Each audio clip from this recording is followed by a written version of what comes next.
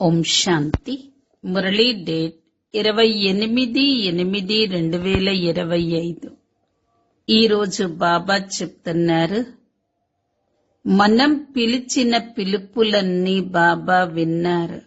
పురుషోత్తములుగా తయారయ్యేటటువంటి యుగం రానే వచ్చేసింది.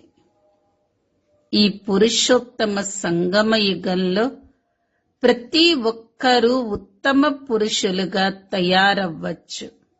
ఎటువంటి కర్మ మనుష్యులని చాలా దుఃఖ పెడుతుంది. ఇది కర్మ అనే కంటే భ్రష్ట కర్మ అనొచ్చు. అది ఎటువంటి భ్రష్ట కర్మ? జూదం. చాలా మందికి జూదమాడే అలవాటుంటుంది. ఓడిపోతే దుఃఖం, గెలిస్తే సంతోషం. ఇప్పుడు పిల్లలందరూ దైవీ కర్మలు చెయ్యాలి. మన సమయాన్ని సఫలం చేసుకోవాలి. చెడు కర్మలలో సమయాన్ని ఉపయోగించద్దు. ఇది బాబా మనకిచ్చిన ఆజ్ఞ. ఈ గెలుపు కోసం కాదు, అనంతమైన గెలుపు పొందటానికి పురుషార్థం చెయ్యండి. ఈ ఆటలో గెలవటం కాదు, వికారాలపైన విజయం పొందండి. బాబా మనకు అవినాశి జ్ఞాన రత్నాలిస్తున్నారు. దీని విలువ వెల కట్టలేనిది. కోట్లాది రూపాయల విలువ చేసే ఒక్కొక్క రత్నాన్ని జోలెలో నింపుకోవాలి. బుద్ధిలో ధారణ చెయ్యాలి, మరలా దానం చెయ్యాలి. శ్రేష్టాతి శ్రేష్టమైన బాబా ఇచ్చిన శ్రేష్ట మతం పైన నడవాలి. ఆత్మని ప్యూర్గా మార్చుకోవటం కోసం ఆత్మ అభిమానిగా అయ్యే పురుషార్థం చెయ్యాలి. మన బుద్ధి హంస బుద్ధిగా ఉండాలి. హంస బుద్ధి ఉన్నవారు ప్రతి ఒక్కరి గురించి శ్రేష్టంగా, శుభంగా ఆలోచిస్తారు. ప్రతి ఆత్మ యొక్క భావనను పరిశీలిస్తారు. ఎప్పుడూ కూడా వారి బుద్ధిలో ఎవ్వరి గురించి అశుభ భావన రాదు. సాధారణ భావన రానివ్వరు. శుభ భావన, శుభ భావము ఇదే ఉంటుంది ఎవరిలో? హోలీ హంసలలో. హోలీ హంసలుగా ఉన్నవారు ఎవరి అకల్యాణ విషయాలు విన్నా, చూసినా అకల్యాణాన్ని కూడా కళ్యాణ వృత్తిలో మార్చేస్తారు. హోలీ హంసలుగా ఉన్న వారి దృష్టి ప్రతి ఆత్మ పైన శ్రేష్టంగా, శుద్ధంగా, స్నేహంతో ఉంటుంది. మన జీవితంలో ఎంత ప్రేమ ఉండాలి అంటే, ఎటువంటి ప్రేమతో నిండిన గంగగా అవ్వాలంటే, మన జీవితం ద్వారా ప్రేమ సాగరుడైన బాబా కనిపించాలి. మన మాటలు, మన దృష్టి, మన వ్యవహారంతో భగవంతుల్లో ఇంత ప్రేమున్నదా అనేది కనిపించాలి. ప్రేమ సాగరుణ్ణి చూపించే మనమందరం ప్రేమతో నిండిన గంగలం. ఎవరం మనందరం? హోలీ హంసలం. ఈ రోజటి మధుర మహావాక్యాలు. మధురమైన పిల్లలు, ఇప్పుడు మీ పిలుపును వినటం జరిగింది. మీరు ఉత్తమోత్తమ పురుషులుగా తయారయ్యే పురుషోత్తమ సంగమ యుగం యొక్క రోజులు ఇప్పుడు వచ్చేశాయి. ప్రశ్న: ఓటమి గెలుపులకు సంబంధించిన ఏ భ్రష్ట కర్మ మనుష్యులను దుఃఖీగా చేస్తుంది? జవాబు: జూదం. చాలా మంది మనుష్యులలో జూదమాడే అలవాటు ఉంటుంది. ఇది ఒక భ్రష్ట కర్మ. ఎందుకంటే ఓడిపోవటం వలన దుఃఖం కలుగుతుంది, గెలవటం వలన సంతోషం కలుగుతుంది. పిల్లలు, ఇప్పుడు మీరు దైవీ కర్మలను చెయ్యండి. మీ సమయం వ్యర్థమయ్యే కర్మలు ఏవీ చెయ్యకండి అని బాబా మీకు ఆజ్ఞను ఇస్తారు. సదా అనంతమైన గెలుపును పొందేందుకు పురుషార్థం చెయ్యండి. పాట చివరికి నేటికి ఆ రోజు వచ్చింది. ఓం శాంతి. డబల్ ఓం శాంతి. పిల్లలైన మీరు ఓం శాంతి అని అనవలసి ఉంటుంది. ఇక్కడ ఓం శాంతి అని 2 సార్లు అనటం జరుగుతుంది. బాబా అని పిలవబడే ఆ పరమాత్మ కూడా ఓం శాంతి అని అంటారు. అలాగే పిల్లలు కూడా ఓం శాంతి అని అంటారు. ఆత్మనైన నేను శాంత స్వరూపాన్ని అని పిల్లలైన మీరంటారు. మీరు ఉండేది కూడా శాంతి దేశంలోనే. ఇక్కడ ఈ స్థూల దేశంలో పాత్రను అభినయించేందుకు మీరు ఇక్కడికి వచ్చారు. ఈ విషయాలను ఆత్మలు మర్చిపోయాయి. మళ్ళీ ఈరోజు ఇప్పుడు వచ్చింది. ఇప్పుడు మీ పిల్లలు వినటం జరుగుతుంది. ఏ పిలుపును వింటారు? బాబా దుఃఖాన్ని హరించి సుఖాన్నివ్వండి అని అంటారు. ప్రతి ఒక్కరూ సుఖశాంతులనే ఇష్టపడతారు. బాబా పేదల పాలిటి పెన్నిది. ఈ సమయంలో భారతదేశం పూర్తిగా నిరుపేదగా ఉంది. ఒకప్పుడు మేము పూర్తిగా సుసంపన్నులుగా ఉండేవారిమని పిల్లలు భావిస్తారు. ఈ విషయం కూడా బ్రాహ్మణ పిల్లలైన మీకే తెలుసు. మిగిలిన వారందరూ అడవిలో ఉన్నారు. పిల్లలైన మీకు కూడా నెంబర్ వారీగా పురుషార్థమనుసారంగా నిశ్చయం ఉంది. బాబా శ్రేష్టాతి శ్రేష్టమైన వారు అని మీకు తెలుసు. వారి మతం కూడా శ్రేష్టాతి శ్రేష్టమైనదే. భగవాను వాచ అని ఉంది కదా. మనుషులు రామ రామ అని భజన చేస్తూ ఉంటారు. రాముడు త్రేతాయుగంలోని రాజు. అతడి మహిమ కూడా ఉన్నతంగా ఉండేది. అతనికి 14 కళలు ఉండేవి.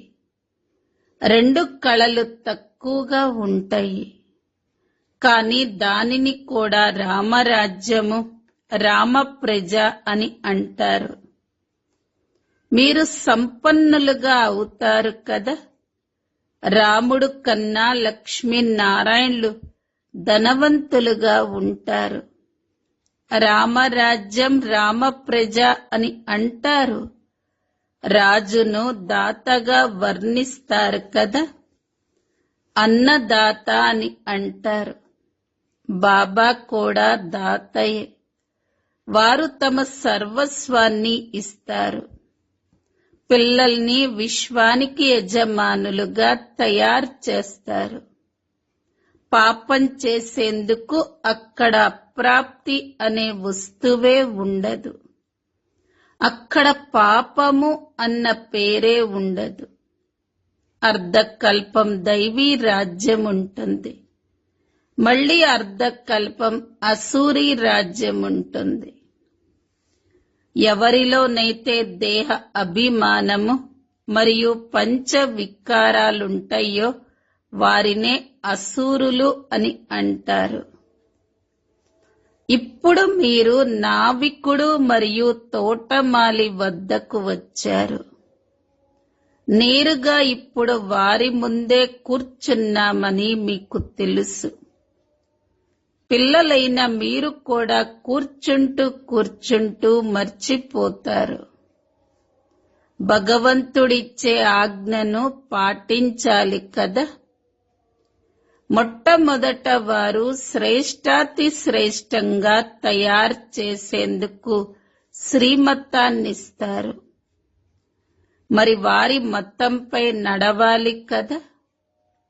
దేహి అభిమానులుగా అవ్వండి అన్న మతాన్ని అన్నింటికన్నా ముందు ఇస్తారు. బాబా ఆత్మలైన మనల్ని చదివిస్తారు. ఈ విషయాన్ని పక్కాగా గుర్తుంచుకోండి. ఈ విషయాన్ని గుర్తుంచుకున్నట్లయితే మీ నావ తీరానికి చేరుతుంది. మీరే 84 జన్మలు తీసుకుంటారు అని పిల్లలకు అర్థం చేయించటం జరుగుతుంది.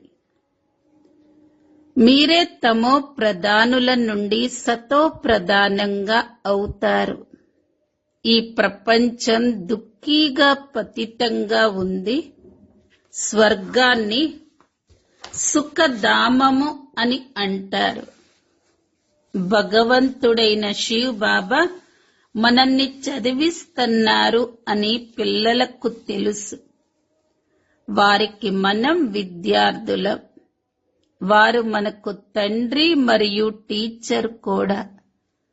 కావున బాగా చదువుకోవాలి కదా. దైవీ కర్మలు కూడా కావాలి. ఏ విధమైన భ్రష్ట కర్మలు చెయ్యకూడదు. జూదం కూడా భ్రష్ట కర్మలలోకే వస్తుంది. ఇది కూడా దుఃఖాన్నిస్తుంది. ఓడిపోతే దుఃఖం కలుగుతుంది, గెలిస్తే సుఖమనిపిస్తుంది. ఇప్పుడు పిల్లలైన మీరు మాయతో అనంతమైన ఓటమిని పొందారు. ఇది అనంతమైన ఓటమి గెలుపుల ఆట. పంచవికారాలు అనే రావణుడి నుండి ఓటమిని పొందటమే ఓడిపోవటం. ఇప్పుడు అతనిపై విజయాన్ని పొందాలి. మాయతో ఓడిపోవటమే ఓటమి. ఇప్పుడు పిల్లలైన మీ విజయం జరగనున్నది. ఇప్పుడు మీరు కూడా జూదము మొదలైన వాటన్నింటినీ వదిలేయాలి. ఇప్పుడు అనంతమైన గెలుపు పొందేందుకు పూర్తి ధ్యాస ఉంచాలి. ఏ విధమైన చెడు కర్మలు చెయ్యకూడదు. సమయాన్ని వ్యర్థం చేసుకోకూడదు. అనంతమైన విజయాన్ని పొందేందుకు పురుషార్థం చెయ్యాలి.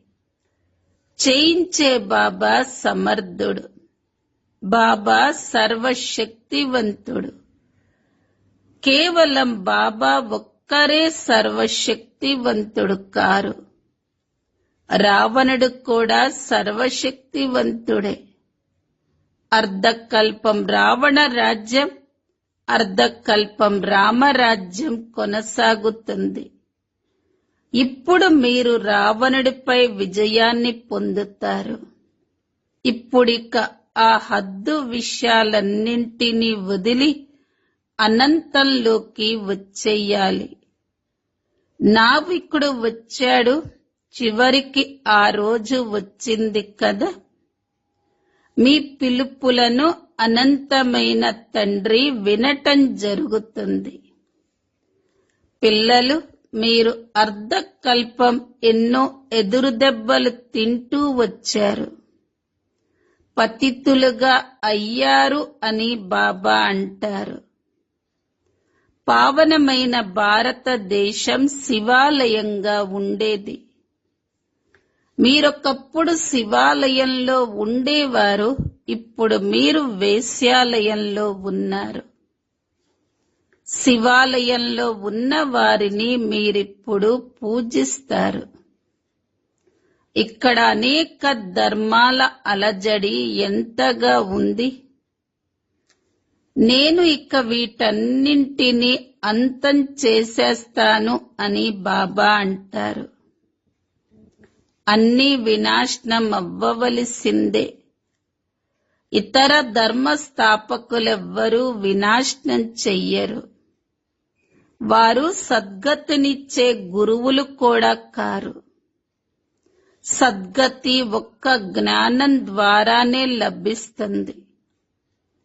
జ్ఞాన సాగరుడైన బాబా ఒక్కరే సర్వుల సద్గతి దాత. ఈ పదాలను బాగా నోట్ చేసుకోండి. బయటకు వెళితే ఇక్కడి విషయాలను ఇక్కడే వదిలేసేవారు చాలా మంది ఉన్నారు. గర్భ జైల్లో ఉన్నప్పుడు మేమింకెప్పుడూ పాపం చెయ్యము అని అంటారు. కానీ ఒక్కసారి బయటకు రాగానే అన్నింటినీ మర్చిపోతారు. కాస్త ఎదిగిన తర్వాత పాపాలు చేయటం మొదలు పెడతారు. కామ వికారంలోకి వెళతారు.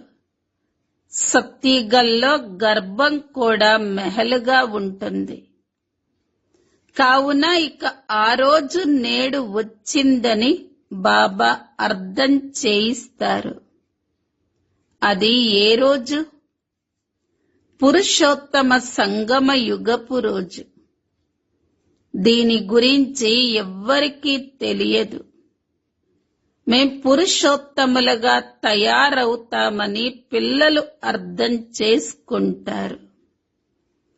మేమొక్కప్పుడు ఉత్తమోత్తమ పురుషులము. అప్పుడు శ్రేష్టాతి శ్రేష్టమైన ధర్మముండేది. కర్మలు శ్రేష్టాతి శ్రేష్టంగా ఉండేవి. అక్కడ రావణ రాజ్యమే ఉండదు. చదివించేందుకు బాబా వచ్చే రోజు చివరికి వచ్చింది. బాబానే పతిత పావనుడు. కావున ఇటువంటి తండ్రి మతంపై నడవాలి కదా.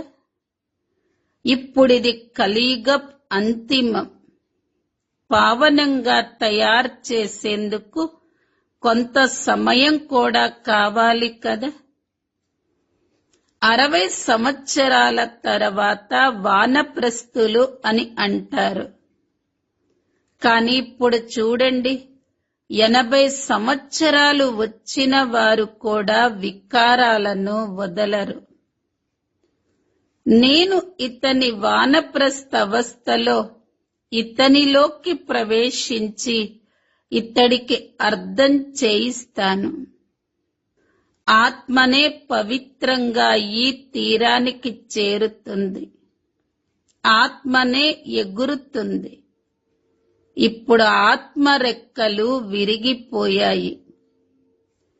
ఇక ఆత్మ ఎగరలేదు. రావణుడు ఆత్మ రెక్కలను తెంచేశాడు. ఆత్మ పతితంగా అయిపోయింది. ఇక ఒక్కరు కూడా తిరిగి వెనకకు వెళ్ళలేరు.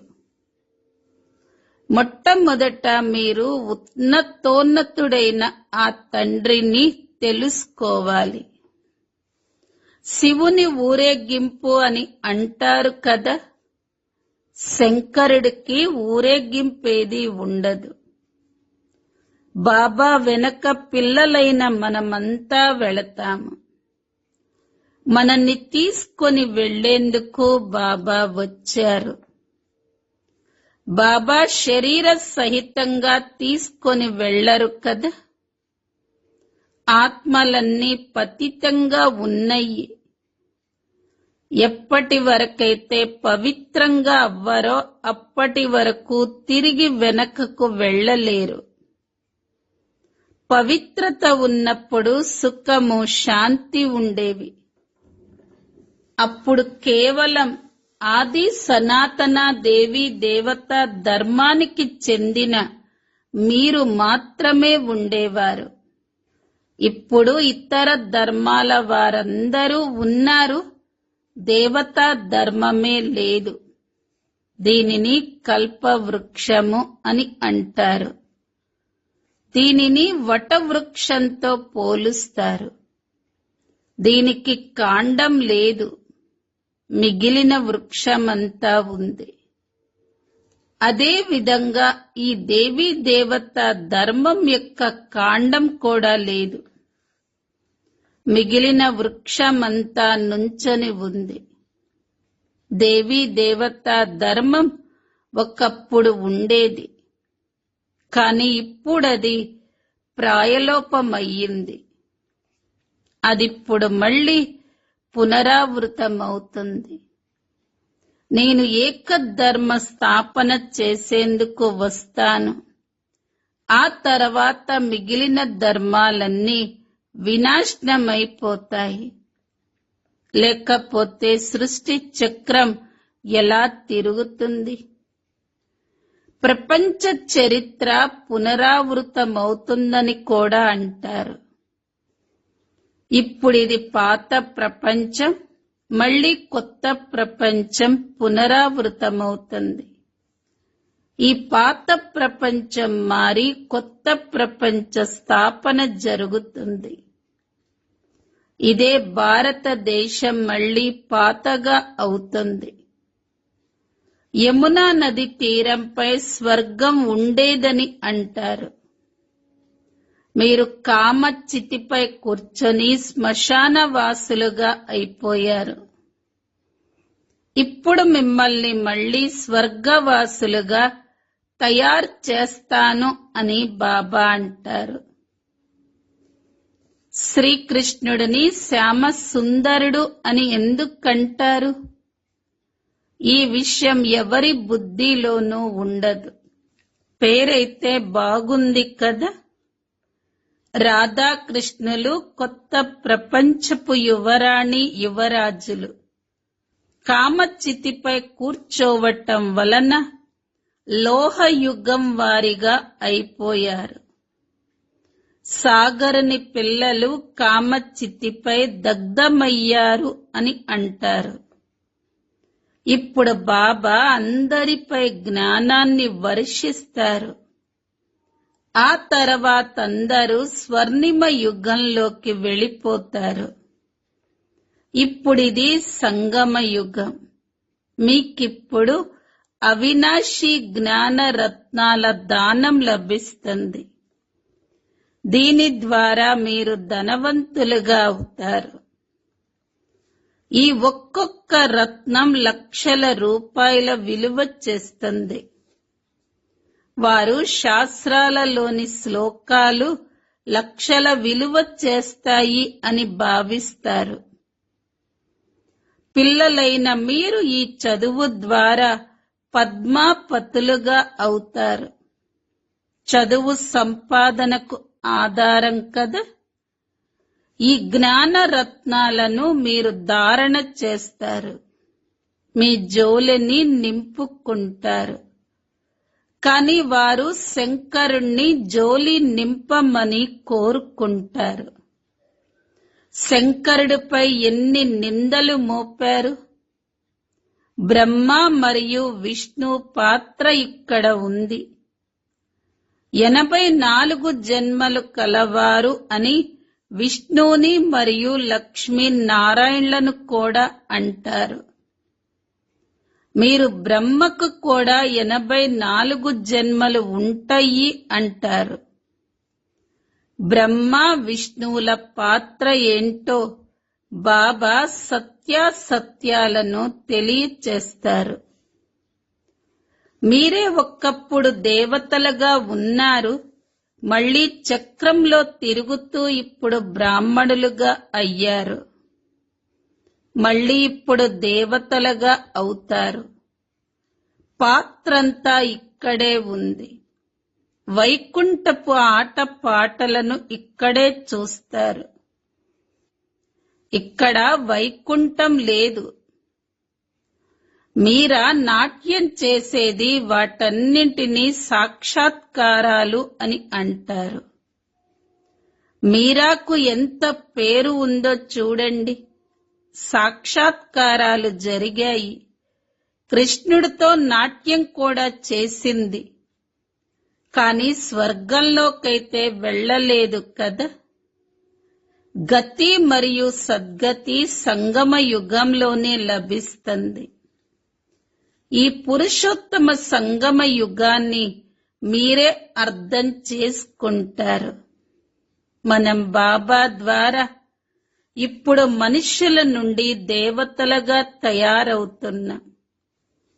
విరాట రూప జ్ఞానం కూడా కావాలి కదా. చిత్రాలు పెడతారే కాని ఏమీ అర్థం చేసుకోరు. అకాసురులు, బకాసురులు ఇవన్నీ ఈ సంగమ యుగపు పేర్లు. భస్మాసురుడు అన్న పేరు కూడా ఉంది. కామచితిపై కూర్చొని భస్మమైపోయారు. నేను అందరినీ మళ్లీ జ్ఞాన చితిపై కూర్చోపెట్టి తీసుకువెళతాను అని బాబా అంటారు. ఆత్మలన్నీ పరస్పరం సోదరులు. హిందూ చైనీలు బాయి బాయి, హిందూ ముస్లిం బాయి బాయి అని కూడా అంటూ ఉంటారు. కానీ సోదరులు కూడా పరస్పరం దెబ్బలాడుకుంటూ ఉంటారు. ఆత్మనే కర్మలు చేస్తుంది కదా. శరీరం ద్వారా ఆత్మ యుద్ధం చేస్తుంది. పాపం కూడా ఆత్మకే అంటుతుంది. కావుననే పాపాత్మలు అని అంటారు. బాబా ఎంత ప్రేమగా అర్థం చేయిస్తున్నారు. పిల్లలు అని సంబోధించే హక్కు శివ్ బాబాకు మరియు బ్రహ్మా బాబాకి కూడా ఉంది. హే పిల్లలు, ఆత్మలైన మేము ఇక్కడికి వచ్చి పాత్రను అభినయిస్తున్నాము అని మీరు అర్థం చేసుకున్నారు కదా అని శివ్ బాబా దాదా ద్వారా ప్రశ్నిస్తున్నారు. అంతిమంలో బాబా వచ్చి అందరినీ పవిత్రంగా చేసి తమతో పాటు తీసుకొని వెళతారు. బాబానే వచ్చి జ్ఞానాన్నిస్తారు. బాబా వచ్చేది కూడా ఇక్కడికే. శివ జయంతిని కూడా జరుపుకుంటారు. శివ జయంతి తర్వాత మళ్ళీ కృష్ణ జయంతి వస్తుంది. కృష్ణుడే మళ్ళీ శ్రీనారాయణుడిగా అవుతారు. ఆ తర్వాత మళ్ళీ చక్రంలో తిరుగుతూ అంతిమంలో పతితులుగా అయిపోయారు. బాబా వచ్చి మళ్ళీ సుందరంగా తయారు చేస్తారు. మీరు బ్రాహ్మణుల నుండి దేవతలుగా తయారవుతారు. మళ్ళీ మెట్లు దిగుతారు. ఈ 84 జన్మల లెక్క ఇంకా ఎవరి బుద్ధిలోనూ ఉండదు. బాబానే అర్థం చేయిస్తారు. అంతిమంలో భక్తుల పిలుపును వినటం జరుగుతుంది అనే పాటను కూడా మీరు విన్నారు. హే భగవంతుడా, వచ్చి మాకు భక్తి ఫలితాన్ని ఇవ్వు అని కూడా పిలుస్తారు. భక్తి ఫలితాన్ని ఇవ్వదు, భగవంతుడే ఫలితాన్ని ఇస్తారు. బాబా వచ్చి భక్తులను దేవతలుగా తయారు చేస్తారు. మీరే అందరికన్నా ఎక్కువ భక్తి చేశారు. మొట్టమొదట మీరే శివుని భక్తి చేశారు. ఎవరైతే ఈ విషయాలను బాగా అర్థం చేసుకుంటారో వారు మన కులానికి చెందిన వారు అని మీరు భావిస్తారు. ఎవరి బుద్ధిలోనైనా ఈ విషయాలు సరిగ్గా నిలవకపోతే వారు ఎక్కువ భక్తి చెయ్యలేదని, చివరిలో వచ్చారని అర్థం చేసుకోండి. వారు ఇక్కడకు కూడా మొట్టమొదట రాలేదు. ఇది ఒక లెక్క. ఎవరైతే బాగా భక్తి చేస్తారో వారికి ఎక్కువ ఫలితం లభిస్తుంది. కొద్దిగా భక్తి చేస్తే ఫలితం కూడా కొద్దిగానే లభిస్తుంది. వారు స్వర్గ సుఖాలను అనుభవించలేరు. ఎందుకంటే ప్రారంభంలో శివుడు భక్తి చాలా తక్కువగా చేశారు. మీ బుద్ధి ఇప్పుడు పని చేస్తుంది. బాబా భిన్న భిన్న యుక్తులను ఎన్నో అర్థం చేయిస్తారు. అచ్చ, మధురాతి మధురమైన ఆత్మిక పిల్లలకు మాతా పితా బాప్ దాదాల ప్రియ స్మృతులు మరియు గుడ్ మార్నింగ్. ఆత్మిక పిల్లలకు ఆత్మిక తండ్రి నమస్తే. ఆత్మిక పిల్లలవి ఆత్మిక తల్లి తండ్రులకు ప్రియ స్మృతులు, గుడ్ మార్నింగ్ మరియు నమస్తే. ధారణ కోసం ముఖ్య సారం.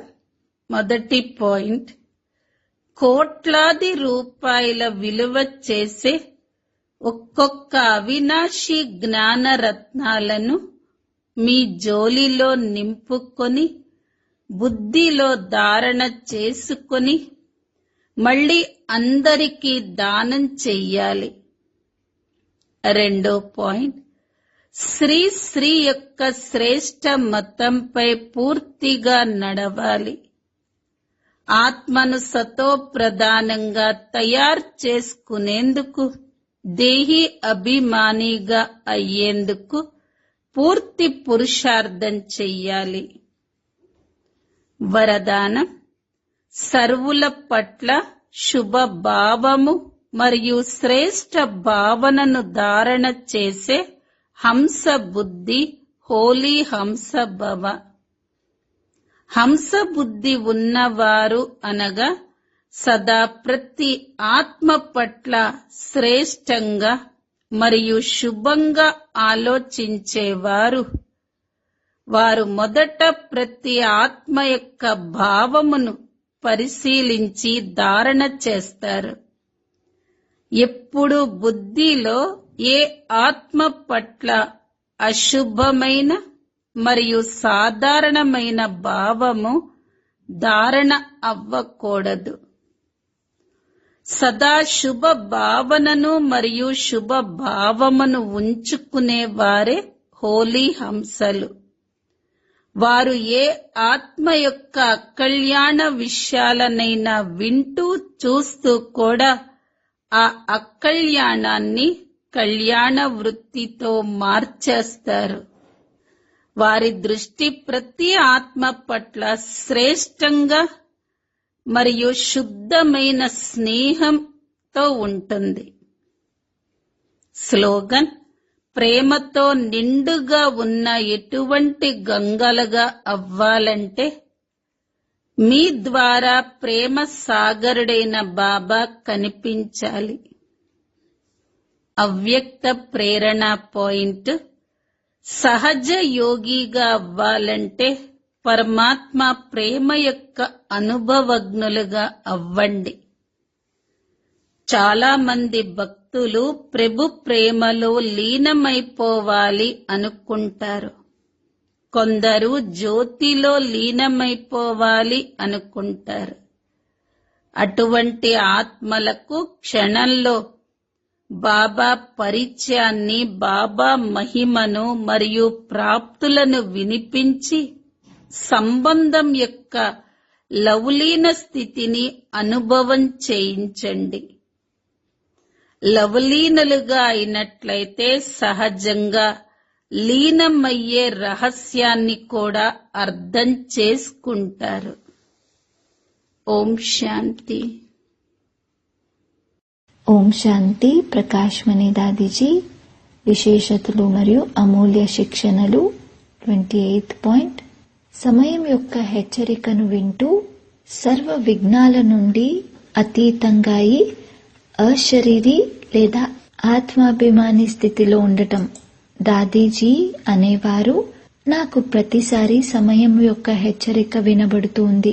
ఇప్పుడు నడుస్తున్న సమయం మనకు అంతిమ ఘడియల హెచ్చరిక ఇస్తుంది.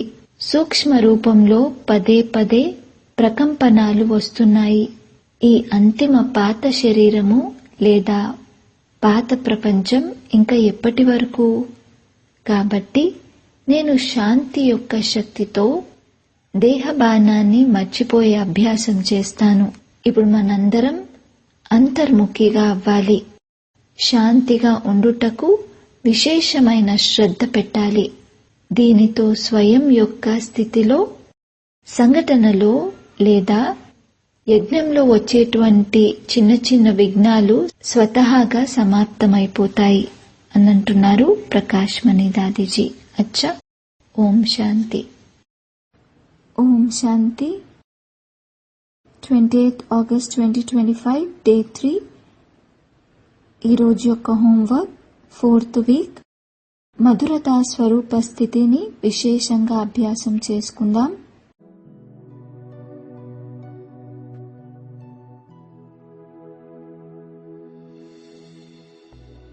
ప్రతి ఆత్మ విశేషతను చూస్తూ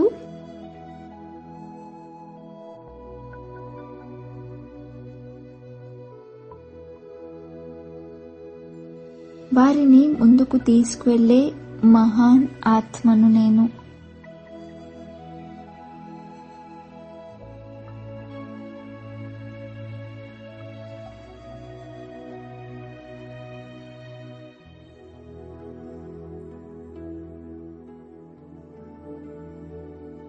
నేనొక మహాన్ ఆత్మను.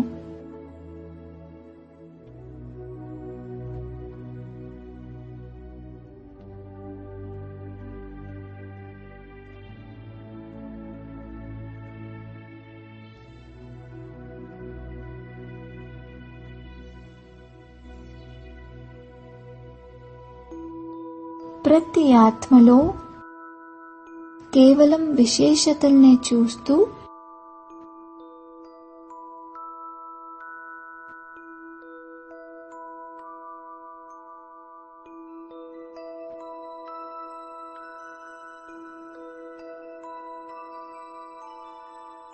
వారిని ముందుకు నడిపించే విశేషత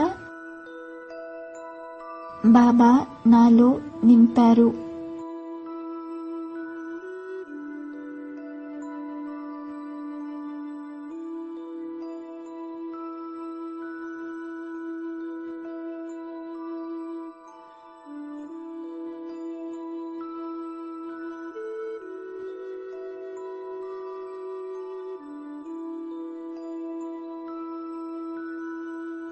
ఆత్మిక స్థితి యొక్క అభ్యాసం చేస్తూ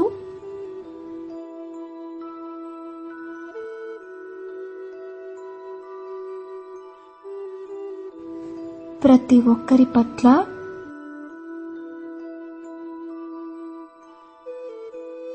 శుభ భావనను పెడుతూ వారికి అవినాశీ స్నేహం యొక్క పాలననిస్తూ మధురతా సంస్కారంతో సంపన్నంగా చేస్తున్నాను.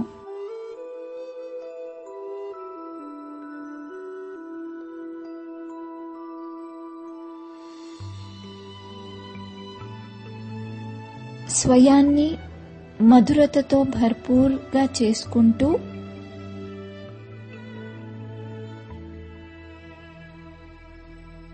ఇతరులలో కూడా మధురత యొక్క దివ్య సంస్కారాలని నింపుతున్నాను.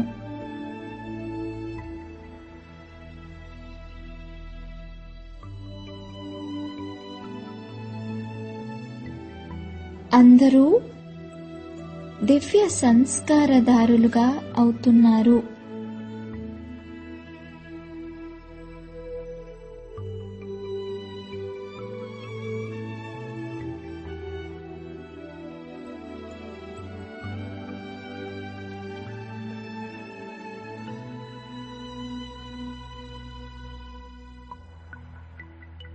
अच्छा, ओम शांति.